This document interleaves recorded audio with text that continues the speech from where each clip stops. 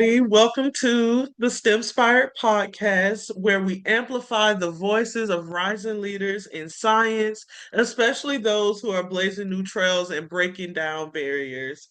In this episode, we're joined by Jemiah Williams. She's an ambitious pre-med scholar who's not only navigating the rigorous path to medical school, but she's also building a powerful online presence to inspire others. And from her early interest in science to the challenges of staying the course as a first gen student, Jemiah is a force of purpose, passion, and persistence.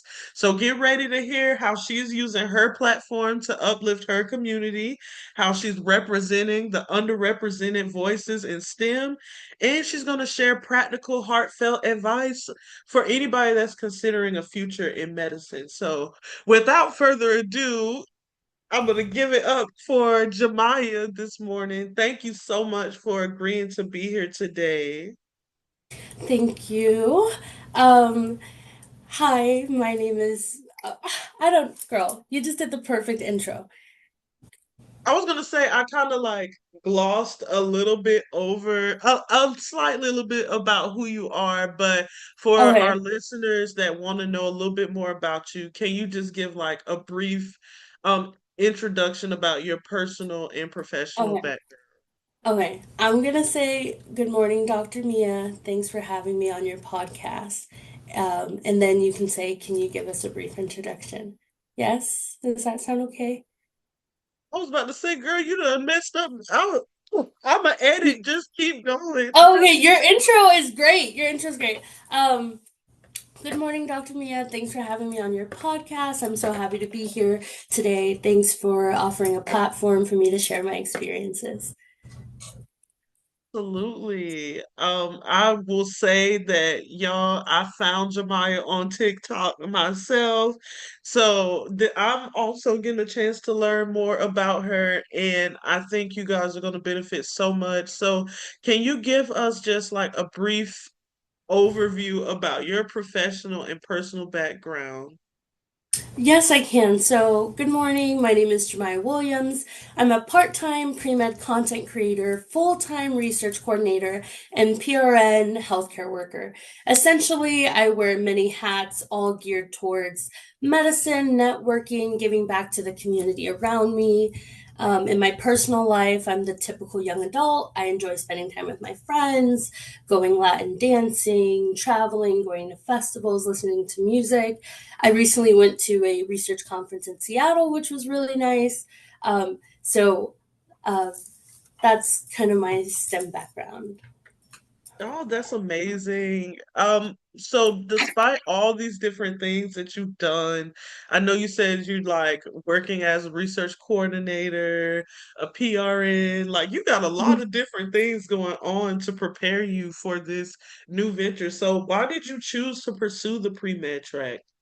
Thanks for asking. When I was in high school, my school district offered different pathways for like career track pathways. My district offered a nursing assistant program, and the district next to me offered a surgical tech program. And I really, at that time, I was 14, 15 years old, and I really wanted to do the surgical tech program.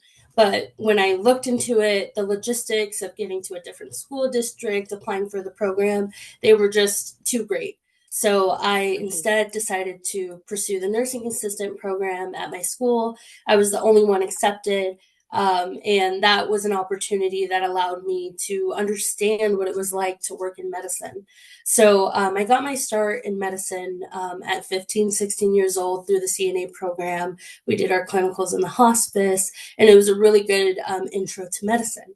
However, when I went to college, it's a little bit different than high school. They ask you to choose a major.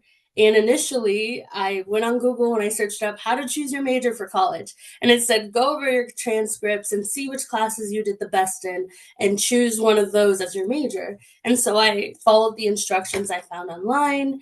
And the two subjects that I was really good at were English and science. So I considered which of those majors would be the best for me, which had the best career outlook. Did I want to be a teacher, a professor, a researcher, or did I want to do medicine, nursing, PA school, become a physician? So for me at that time, being 18 years old, I chose biology because it seemed to overshadow a career in medicine. Fair Mhm. warning, this is absolutely not true. If I could go back, I would major in English, but the rule is you can major in any um, degree and just fulfill the prereqs for medical school. But at the time, choosing biology felt like the easy choice.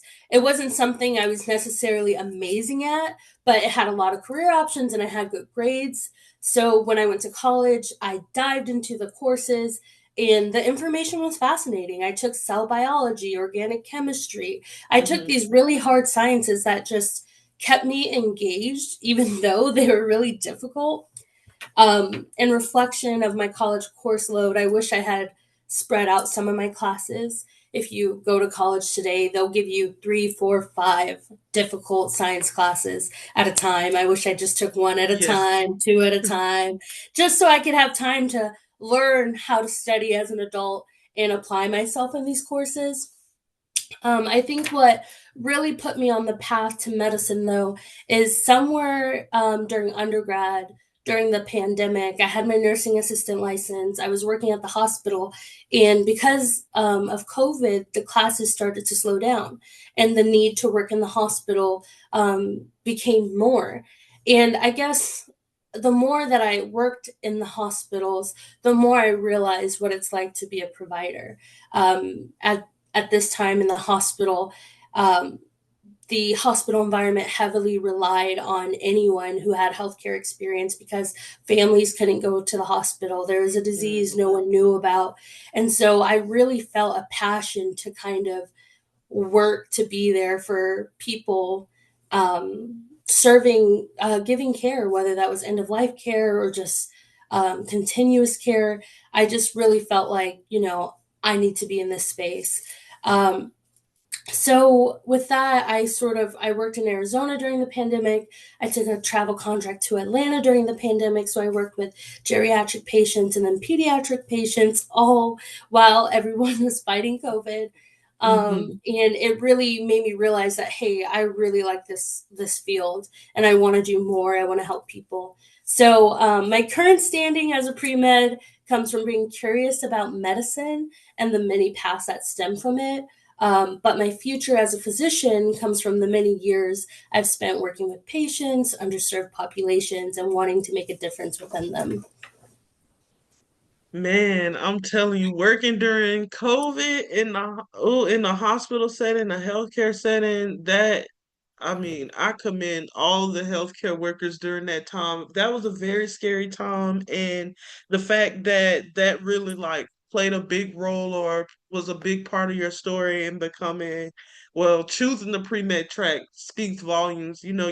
We need more people that care in Yeah, medicine. That's yeah. very hard to see these days. I mean, historically, I know that's been like a huge concern if regarding like people getting the proper care. So the fact that the pandemic and all these major events that were happening, people were like losing their lives, families were being impacted. So we need more people that understand the importance that it's more than just being a physician. It's about, the people and the populations you're serving as well. Hmm. And have you explored any different medical specialties yet? Yeah, so I kind of break up my pre med history as when I was like just a nursing assistant to when I kind of expanded beyond that role. So when I was just a nursing assistant, meaning like I didn't shadow, I didn't go outside of where I was stationed, I didn't have many opportunities to explore different specialties or see what life was like as a provider.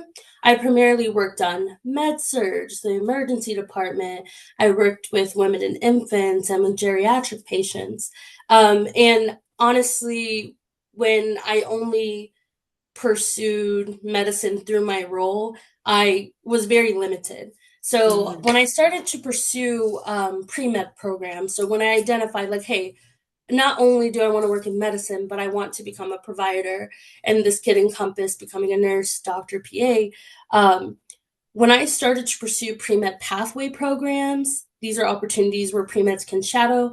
I began to see a lot more. So I observed in orthopedic surgery, oncology, toxicology, family med, orthopedic oncology, psychiatry, pediatrics.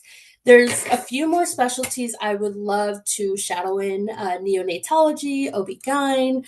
I'd like to do another round of oncology because I love it so much. The patient demographic is so nice. But what I really want to talk about is how shadowing really changed a lot of things for me. As a nursing assistant, like, yes, I worked in a hospital and I had patient interactions, but shadowing a provider challenged me to think like one, to work like one.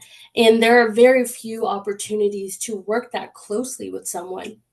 So, if you have the opportunity to shadow, really take it all in, observe it all.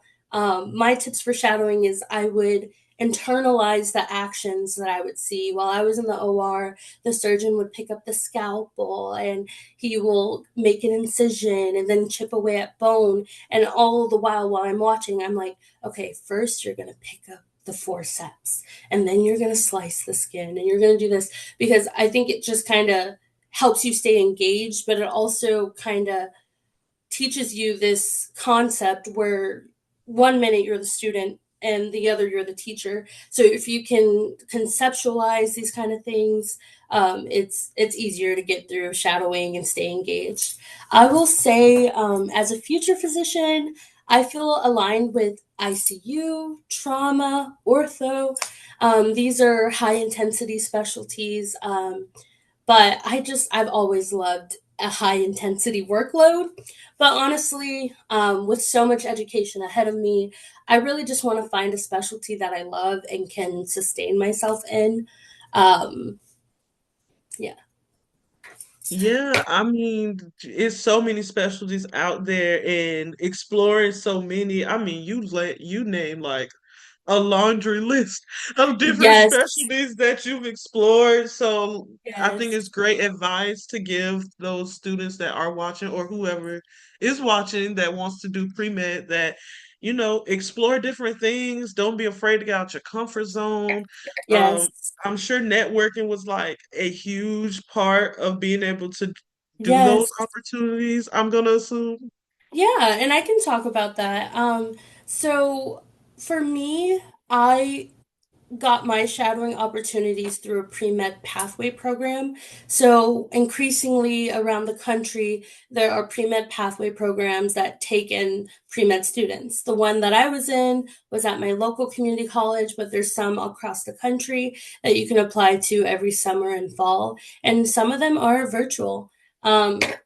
You can also reach out to the hospitals and ask to observe, and they will connect you with their volunteer coordinators and try to get you in that process. I can only speak for Arizona, but that has been the process here where you can reach out to the hospitals, ask to speak to the volunteer coordinator, and they will assign you a physician and you'll be able to work with them for the day. Yeah, yeah. Even if you're like, I mean, I didn't stay in medicine, of course, Yeah. because now I'm in biomedical research, which is Mm, a whole other story in itself. But for me, like if you're in a small town or somewhere where it's not like a lot of resources, um, mm, I mean, it may not be a specialty that you just necessarily just love, mm. but if you have a doctor that say you've been going to since you were like a baby, or Yes. a doctor that like knows your mom, like you just net like you Yes. have to use these different ways and options to get in the door. So for my small town folk, really rely on your network very heavily and don't be afraid Yes. to reach out and ask for help either. Yes, and in the times that we're in, be as creative as possible. I think one of the greatest things I learned in college is to really give to others. Like, if you really want to shadow, search up an orthopedic clinic near you and show up with some donuts and say, hey, I would love to shadow you. And you really just try to stand out. I think the opportunities are there. You just have to get in front of those physicians or those researchers or whoever you're wanting to learn from. Yeah, yeah, absolutely. And for those people that you're having a tough time getting those shadowing experiences, you don't be afraid to go outside of just Yes. practicing medicine as a whole for your experiences, because even if, at least for me, like a paid internship was like everything for me. Like I went to Mayo Yes. Clinic and did a research based internship. It's medical still, but there were Yes. tons of students that wanted to do medical school there, and all of them, mostly all of them that I worked with, they're either in an MD program or a dual MD PhD program now. So just because it's research doesn't mean that it's gonna like keep you from getting into medical school. So I think that's also another way people can get experience if they're having more trouble like getting into that shadowing Yes. shadowing area. Yeah, you bring up a really good point, Dr. Mia. I think what I want pre-meds to know, or if you're interested in going into pre-med, that the pre-med pathway, there is such value in peer-to-peer mentorship. So Hmm. maybe you don't know a doctor, but maybe you know a friend whose cousin's mom is a doctor, and you can reach out to them, and that's a connection. My closest friends, actually, both of their parents are doctors, and they've both offered to write me a letter of rec should I need it, or to allow me to shadow them over the summer should I need it. And so I think opportunities are truly endless. And honestly, some of the places that I found the most opportunities were not in the hospital. They were at research conferences, they were at nonprofit clinics and pop ups. So definitely just go out with the intention that you're going to attract the opportunities that are best for you. Yes, put out the energy you want to attract people. You gotta get out there. And speaking of getting out there, so I came across you on TikTok, as I mentioned earlier, and Mhm. right now things are just changing. Like people are attracting others to the field by leveraging social media now. So, what Mhm. inspired you to share your STEM journey online, and how has doing this impacted your community? Well, that's a big question. I would say that sharing my STEM journey online stemmed from being a good friend. I mean, I've always been someone people come to for advice or want tips from. So a few years ago, I thought to myself, well, how can I do this for more people? I want to have a larger impact. So I Hmm. started posting on social media, just funny, cringy things. And then I started talking about some of the things that I was going through, like shadowing, cold emailing, these putting myself in a position to get these opportunities. And it's really expanded my reach and my impact. For one, I've been able to consult with some of the institutions in my area to build pre med curricula, to host workshops, to really help transition to really help the transition happen from pre med to doctor. I think my goal right now is to really sustain pre med retention. So, choosing to go public with my insights on medicine, as well as build a platform that centers pre meds and has had a largely positive impact personally.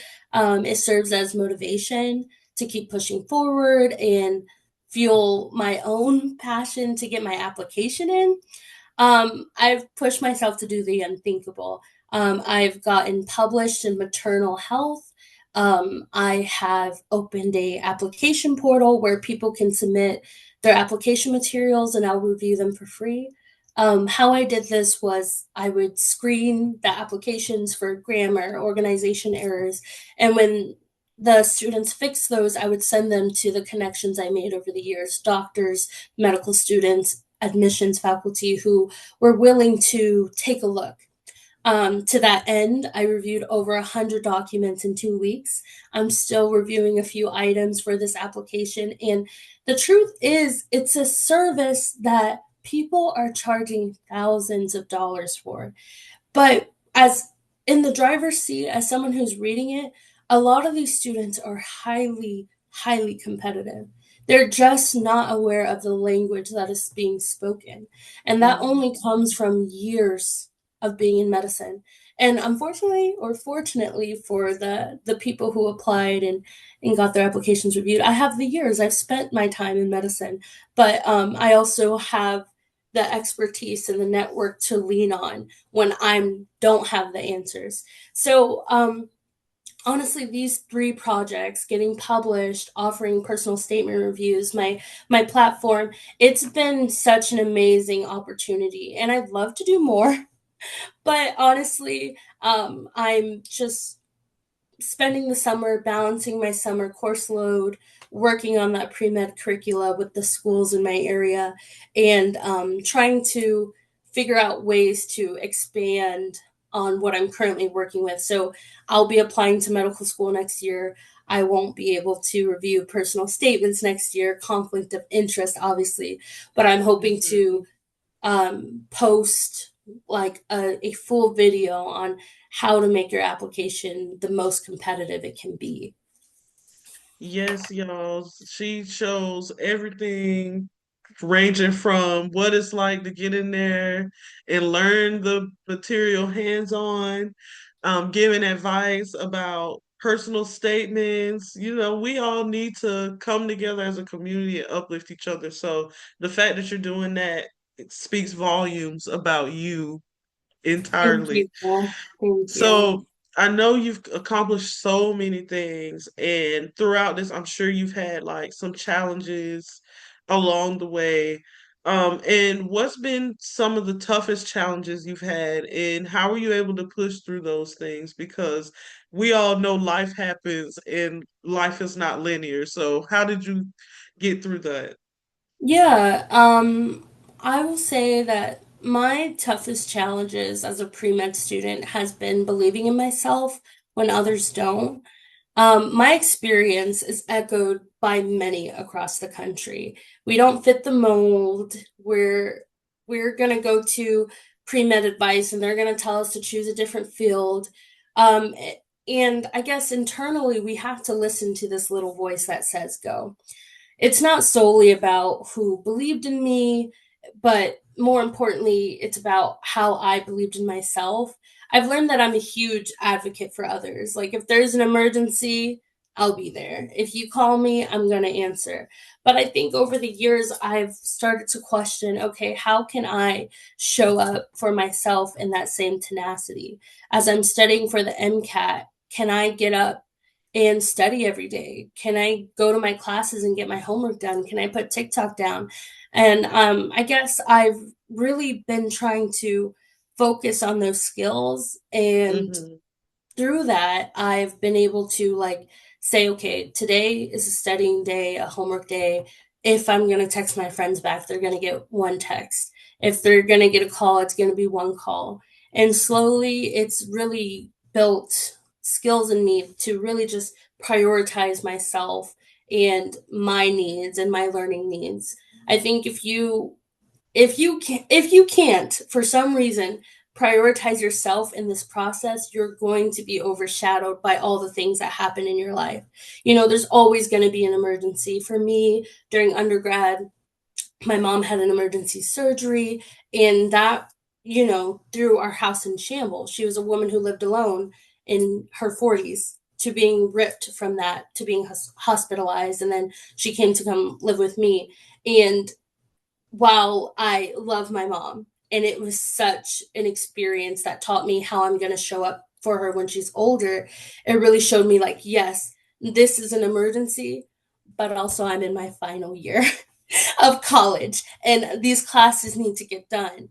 And so I think just over time, really learning how to prioritize myself and believe in myself to the same caliber and extent that I believe in other people has been my biggest challenge, but it's something that I'm consistently improving on.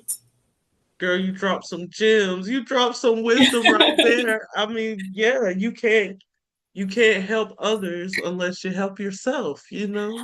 That's a And hard one when you love to help people and see them yes, do well. yes, there's a way to help others while helping yourself. And it comes by prioritizing you, right? You can't teach someone how to get an A in a hard science classes if you're getting a C. You just can't. That's So how you just gonna do that. right. Just focus on you. Prioritize you. Whatever that means. If that means minimizing on some of those friendships, on some of those relationships, if it means, moving out, getting roommates, if it means going on a walk every day, that's just for you. Like, I really encourage other pre-meds interested in this path, going through similar challenges, to do that. Hey, and even if you're not pre-med, please do. I mean, like this is just a life 101. I mean, it's a sprint, not a marathon, especially when it Right. comes to hard sciences. I am not in medicine. I did not do the med track, but I mean, I did do the biomedical research track, Yes. and I have seen how hard medical students work, and Yes. you have to be ready for some tenacity. You have to be disciplined. So, Yes. like you said, being able to believe in yourself, even when you think others around you don't believe in you, is so Yeah. important. It starts with you before it starts with others. Yeah. And the truth is, like, I talked about how my experience is echoed by communities across the country. There are so many a time where Black women, underserved women, will say that they were pushed off this path of medicine due to someone not believing in them. And the thing is, when someone doesn't believe in you, combined with the lack of resources, mentorship, access to this system, it's enough to push you off the path. And I Mhm. want anyone watching this to understand that if someone is telling you that this path is not right for you, let it go around your ear. Don't let it go in and out the other. They're not the person to talk to. Talk to someone else. You're not asking the wrong questions, you're asking the wrong person. So I definitely Mhm. want to encourage you to continue to talk to people till you hear what you want to hear or what you need to hear to give you that encouragement or motivation. Yes, yes, and it's all too frequent, at least for Black women in these spaces where we're told, "Oh, you can't do this, you can't do that. Maybe you should do this instead." And really going deep within yourself and saying, "Hey, I know I can do this. I know Yeah. I'm destined for this. This is the path that's ordained for my life, and nobody can take this Yeah. away. I don't care what negativity they try to speak over my life. I'll continue to speak positivity, you know? Yes. Yeah, so all of these wonderful things you have going on and all these wise words that you've been telling everyone, where do you see yourself as well as your online platform going in the next few years? So my mentor, Brianna Sanders, she's the MS4 at the University of Arizona College of Medicine, Phoenix. She is 40 years old. She has a daughter, and she's just now finishing medical school. And when she was mentoring me, she told me, as long as you make a plan, you will never be me, right? 40 years old in medicine. Not that there's anything wrong with being 40 in medicine, but she was just saying, in the context of me being 24, make a plan and you'll never have to worry about what you couldn't achieve or what you couldn't do. And so over the next few years, I'd really like to keep that advice close to my heart. I plan to apply to medical school and see where I can go with that cycle. As far as my social media platform and the things that I'm doing there, I'd like to expand to other platforms, expand the conversations that I'm having on how to find these opportunities, how to get them, how to find research opportunities that align with you. I'd like to create a process where if you have to pay for medical school prep, the only thing that you're paying for is your interview prep or your or like the flights to do the interviews. Like I want to minimize that as much as possible. And I am I have a nonprofit and a company for pre-meds that aims to combat the negative narrative. I have a pre-med company that aims to combat the negative narrative pre-meds often face. If anyone's interested in helping out with these initiatives, please reach out at jemiah.u.williams@gmail.com. Okay, y'all heard the lady. Y'all heard the woman. She said, reach out to her if you want to help make an impact on our community by helping our pre med scholars. So, the last thing I want to ask you is how can our scholars connect with you and keep up with your STEM journey? Yes, to keep up with me and my STEM journey, my username is unique.mw on all platforms. Furthermore, my peers can always reach out via DM on TikTok or Instagram. I try to respond always, especially if you're looking for advice, guidance. Thank you so much for agreeing to do this, Jemiah. You have been such a wonderful, wonderful interviewee, and you've given so many positive words, so many wise gems for all of our listeners to take with them. So thank you all for tuning in to this inspiring conversation with Jemiah Williams, aka Pre-Med Williams, just so y'all know. And her journey reminds us that pursuing a career in medicine, it isn't just about personal achievement. It's about impact, representation, and resilience. If you were moved by her story and you want to follow her ongoing journey, be sure to connect with her on all the various social media platforms, especially TikTok. And don't forget to share this episode with someone who needs a little STEM inspiration today. Until next time, everybody, so stay curious, stay courageous, and stay STEM inspired.